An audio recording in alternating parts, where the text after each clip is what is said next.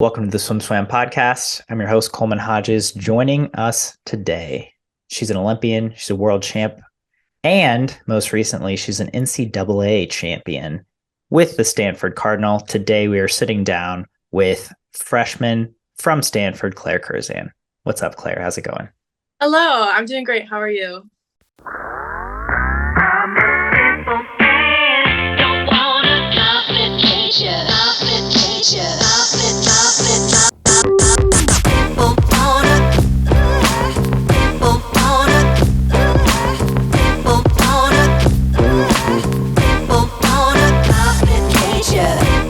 Doing well, feels like Friday to me. It's Thursday, but I can taste the weekend, so I'm doing well.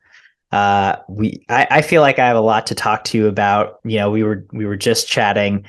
I talked to you at NCAAs, but it doesn't feel like it just because you were with Torri at the time, and I feel like that means such a blur, and a lot has happened since then. So we're going to start from the most recent and kind of work backwards. You're taking a red shirt for the Olympic year. A lot of athletes do this. Can you just take us through your decision on why you felt this was the best path for you? Obviously, having already been to an Olympics before, I think you have an idea of what it takes to make that team. But yeah, take us through the decision and how long you have been considering this. Yeah, I think going in, I knew that I would have a pretty good setup just with timing. So I'd be able to do a full year of college, be able to experience it, see what it's like, and then have the opportunity to take that redshirt year if I wanted.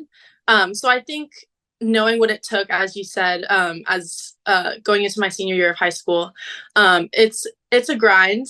You kind of got to put all of it into swimming because as America, we're one of the great swimming powerhouses. So it's a blessing and a curse to have to be so competitive at Olympic trials and really be on your game to make the team. So I love this team. I had the best time in college season. It was unlike anything I could have ever expected. But I think if I really just wanted to try to do my best, go all in, and kind of have no regrets going into trials, I think personally I would just need to take a little step back, still be with the team, hopefully, but just go all in on long course swimming because college season is very fun, but it's also very exhausting.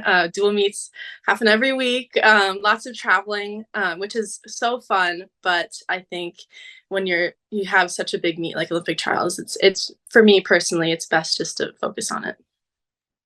Absolutely. So a couple of follow-up questions for that. Will you still be taking classes at Stanford? And do you know kind of how you'll manage that or what your class load will be this upcoming year? That's a good question. I've still kind of been going back and forth. There's a lot of different scenarios that are available to me, whether it's just since Stanford operates in the quarter system, just take classes in the fall and then maybe take off winter and spring. I don't think I would take classes year round or just take no classes and have the whole year to enjoy just focusing on swimming. So I haven't quite made a decision on which path I'd like to go down, but I think it's an ongoing conversation between a lot of parties. And I think whatever I decide will be the right thing. It's kind of an interesting one because do you feel like long term it really matters one way or the other? Like if you happen to finish your degree a half a year or a year later than you would have had you taken classes this year? I think it's kind of a play by play. It's how motivated I want to be the next 3 years I'm in school. But I think as of right now, I really like swimming, so I'm going to roll with swimming. And I think we can worry about getting my 180 credits to graduate later. That sounds like so many. Wow. Okay. As an aside, are you currently in classes? I know most schools are finishing up with their semester right now, but as you said, Stanford's on the quarter system. So do you guys finish in early June? Yeah, we finished in early June. We're on week 6 right now, which is hard to believe. It's flown by, but we have 10 weeks total. Week 10 is like our final week. So we'll be finishing a little bit before the upcoming Indy trials. Okay. Nice. So you'll get a couple weeks in there where you can mentally taper and physically taper for trials. Nice. Do you do you know what events you will be swimming at said trials? Um, Also still kind of in talks with Greg, but I think just like glancing at the schedule, I think it works out pretty well for me to swim a lot of events as I have historically. So I'll probably be hitting all of the main contenders like butterfly backstroke and freestyle. Yeah, I think it'll be a busy meet, but it's a fun meet, so I'm excited. Okay, this is a softball, so you can, answer as ambiguously as you want. Where is the 200 back on your radar? Is it on your radar for trials? I mean, I think maybe after kind of the season I had with backstroke collegiately, I think Greg and I both decided that it might be worth pursuing. And it does work out in the schedule. I think it's the second day and it's pretty much by itself aside from maybe a 50. But I enjoy swimming backstroke a lot. I think it would be new and fun and I get excited about that. So I think potentially, yes, it'll be a contender. Fair enough. All right. So, I mean, yeah, we all know. I think you've got like 8+ potential events that you've swam internationally so far in your career, whether that's a short course worlds or a long course worlds. So, always excited to see what you'll end up swimming and how those events go for you, especially with the 50s of stroke in play. So taking a redshirt year, you're still kind of figuring out those waters in terms of academics, but you'll get to focus on long course for the next year and a half. You started your long course season, or you got a jump start to it anyway, by this USA Swimming relay camp that was held in Austin. Correct me if I'm wrong, because we didn't have a ton about it, but I think it was a 2 or 3 day camp. There were a lot of members of USA Swimming. Can you just give us your perspective on what it was like and what you feel like you got from it? No, I think it was the first time it's ever happened. It was like a joint project for both Todd and Greg, and they seemed super excited about it, just to try to go all in on relays. Because I think what they kind of discussed at the camp is that a lot of countries have these national team centers where like every couple times a year or for a long time, other countries will be able to join together and really focus on swimming. And getting comfortable with each other. But because USA Swimming is so dominant, there's like a bunch of different hubs across the country where people are really, really fast. So being able to kind of reconnect with all of my friends from USA Swimming meets outside of a competition setting was super, super fun. They did a great job putting the thing together, the camp together. They had a lot of cool speakers come, lots of really hype videos, and just a lot of good message. Unfortunately, I wasn't able to make it to our last practice because I got food poisoning that night before, but the days that I was there were very, very fun. And I hope we'll have another one sometime soon because I think it was a really great for USA Swimming, and I'm excited about just the things that we can start to create in the future. How many times did you watch the Lezak video of him running down Elaine Bernard? If you say less than 5, I'm going to be pretty disappointed in the coaching staff. I would not want to disappoint you, but we watched a lot of good relays. So it was one of many that we watched, but I think maybe 2 or 3 times. Okay. You know what? Yeah, no, that's pretty good. I thought you were going to say you didn't watch it, and I was going to be like, what kind of relay camp fraud is this? No, we did. Nice. So that sounds really cool. So there were speakers, there were videos. In terms of the actual practices, like this is what I'm always curious about when we hear about relay camps from any country. It's like, well, you can't just practice relay starts for 6 hours a day. Like what were you actually doing in the water? In terms of, I think I heard from someone, I don't remember who, but they're like, no, it was actually really hard. And it's like, oh, I thought it was just starts all day. So what were you actually doing in the water? What were the practices like? I will second that person's statement because I was also going in anticipating kind of a chill weekend. Greg had been hitting us pretty hard and just in the weight room in general. So I was looking forward to a break, but we got quite the opposite. When we, I think when I arrived on Thursday, like afternoon, we went into long course swimming outside at Texas because it has a great facility. But it was probably like 5 or 6K right off a plane, and I was not ready for that. Lots of breath control, and different coaches took turns writing the sets. So on that afternoon, Todd had written the sprint set, and I think either the Sandpipers coach or Nesty maybe wrote the distance set. So that one was pretty tough. The next morning, I did like a 6K IM set next to Katie Ledecky, which was crazy. I did not think I was going to be there, but that was also very fun. How did you fare? Bro, I actually didn't do quite as bad as I was expecting. I was nervous, but once, I got to do breast dolphin because unfortunately, I think I go fit. But some 250s freestyle fast at the end of every round, I was kind of close. So I consider that a win. I was kind of pumped after that practice. And then we came back for a double Friday night, which was also pretty rough. I think me and Torri were pretty tired at that point, just after a long week. So Greg let us put some fins on for things, but Katie and Caleb and a couple other people kind of cranked that night as well with hundreds and 120 and stuff. And then unfortunately the next morning, Saturday morning, I wasn't there because I got sick, but that was probably the more relay focused practice where they actually did relays, like mixed and individual medleys and stuff like that. So I think that one was probably the most fun. Oh, what?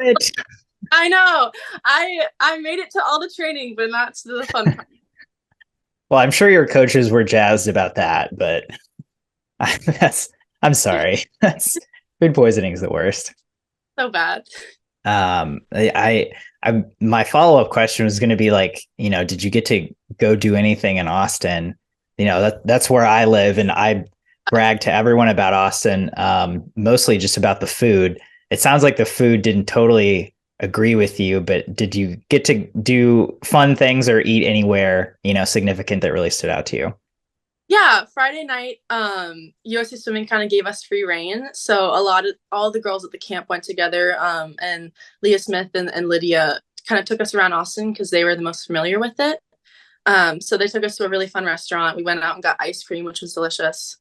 And I think the night before we were at a convention center, which was pretty cool when we got lots of talks and stuff. But I think Friday night was Friday night was the only night to explore, and we did get to see a lot of Austin just from a car. Nice. I feel like, for a short trip, a driving tour does the job, but sounds like a really so the win. Heck yeah. That's great. So it sounds like a fun camp. Do you feel like you walked away with any takeaways or anything you'll carry with you into the rest of the summer and trials?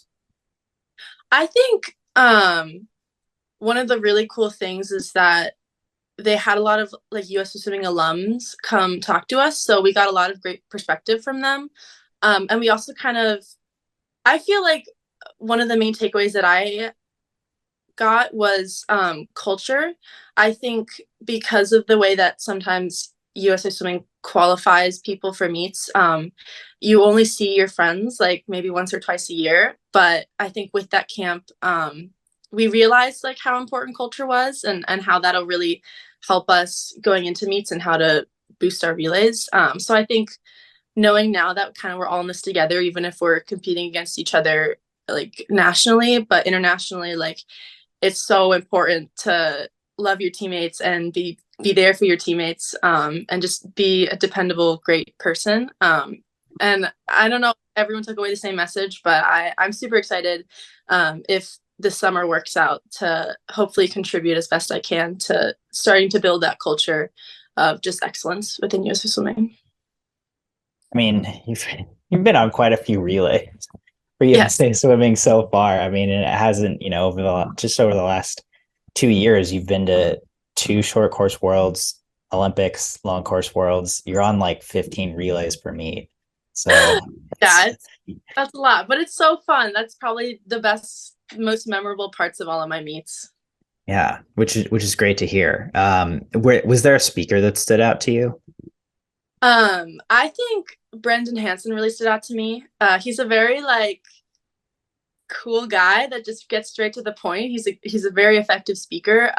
And just his messages really got to me that like swimming is really important, but the people you're surrounded with are even more important. So just enjoy them and enjoy the experience and don't worry so much about the results unless it comes to relays, and then you bust your butt to help your teammates.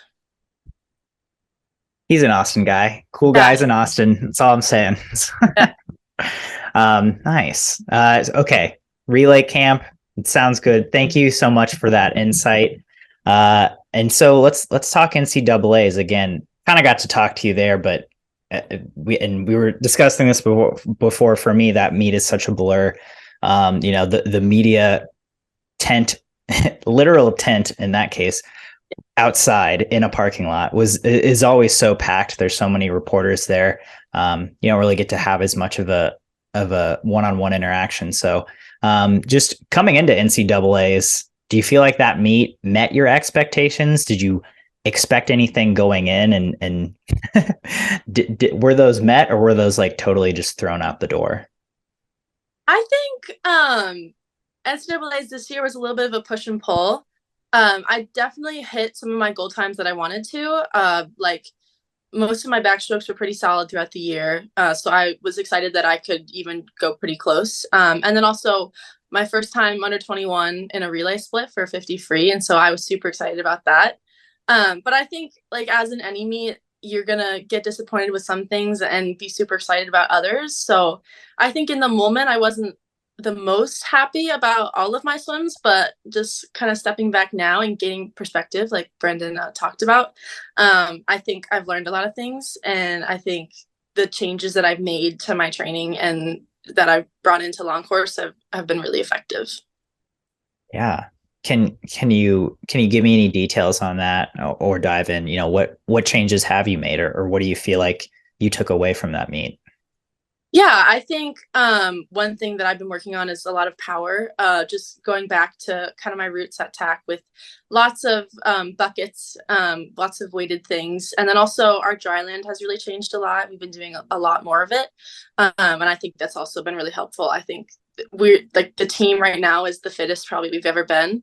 And it's, take that as you will. In the moment during practice, it's sometimes hard, but just thinking now how great we'll feel once all of this is kind of cut back with taper. It's exciting, and I think we're all gonna go really fast. Nice. I mean, to go through that meet as a freshman, especially, you were the first 2 days of the meet just relays, and then you kind of got fired out of a cannon. You had 4 individual swims on the third day, plus a relay, I think. And then the last day, you had that 200 back, which you were top seed and which you held, ending in an NCAA title for you. How do you feel like you navigated just moving throughout the meet, and takeaways you had from just the experience of being at an NCAAs, which is a meet that's pretty unique to any other? Yes, that meet is definitely super unique. I think, and a lot of Stanford people and other just collegiate swimmers have told me going into and coming out of the meet that you really just can't anticipate what you're going to feel like and what it's going to be like. And I think now I know that that's true. Like the stands are packed. Everyone is swimming super fast. It's a short course. And it's just kind of a meet unlike any other. And so I think going into it, I think I handled it the best that I could with the knowledge that I had. I think watching everyone swim individually the first 2 days and knowing I had relays, I was super excited about that, but I was kind of itching to swim individually. And I think, it was a pretty tough day with the 100 fly and 100 back. I didn't exactly do what I wanted to do, but Torri did super well and a bunch of other girls on our team did really well. And so knowing that we had a lot of momentum individually, just really helped me push through Saturday. And I think I exceeded my expectations Saturday. Was kind of nervous about going into the 2 back, but I think where I came out was very exciting, and it was cool to see how I was able to kind of bounce back. Yeah. Uh, what were your expectations for that 100 fly, 100 back double? You're very experienced in doubles. As we've said, you do them all the time on the international stage, especially for relays. I mean, on paper, you were 50.0 in the 100 fly and 100 back finals. You were 4th in the 100 fly, 3rd in the 100 back. So, it's easy for me to guess what your goals were, but, can you tell us from your own mouth? Yeah, I think obviously my goals for a long time in butterfly, at least, have been to go 48. And I think going into that meet, knowing that, literally over half of the field was going to go really, really fast. I think I was excited for the opportunity just to be in the heat. And I think I was a little bit in the heat, but I think now next year going in, I'll have a better grasp on just all around how to kind of attack it.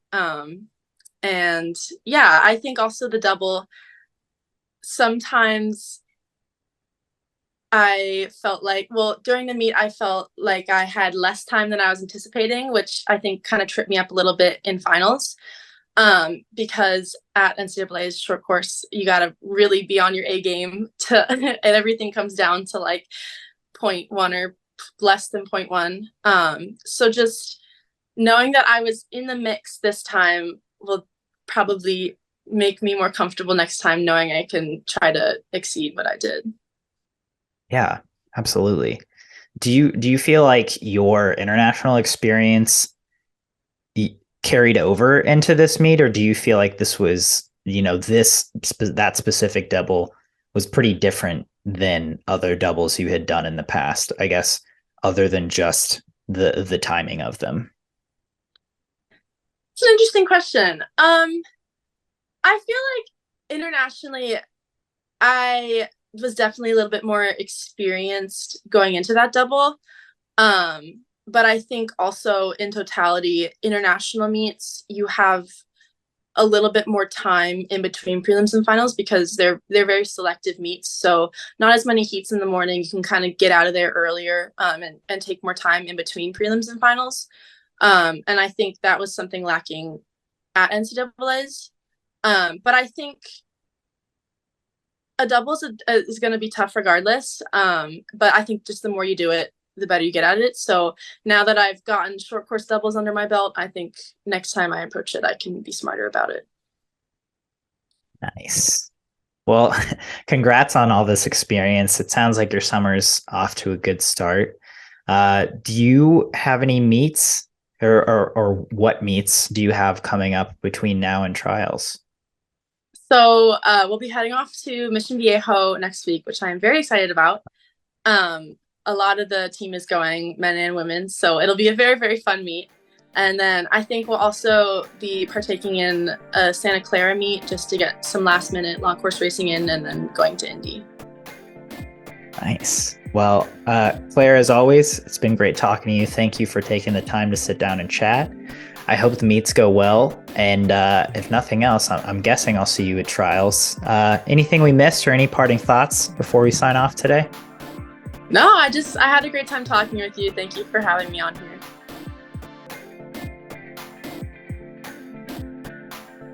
You've been listening to the SwimSwam podcast. Stay tuned for new episodes every week. You can take SwimSwam podcast on the go by subscribing on your favorite podcast platform. Look for links in the description below, and be sure to subscribe to our YouTube channel for more videos as well.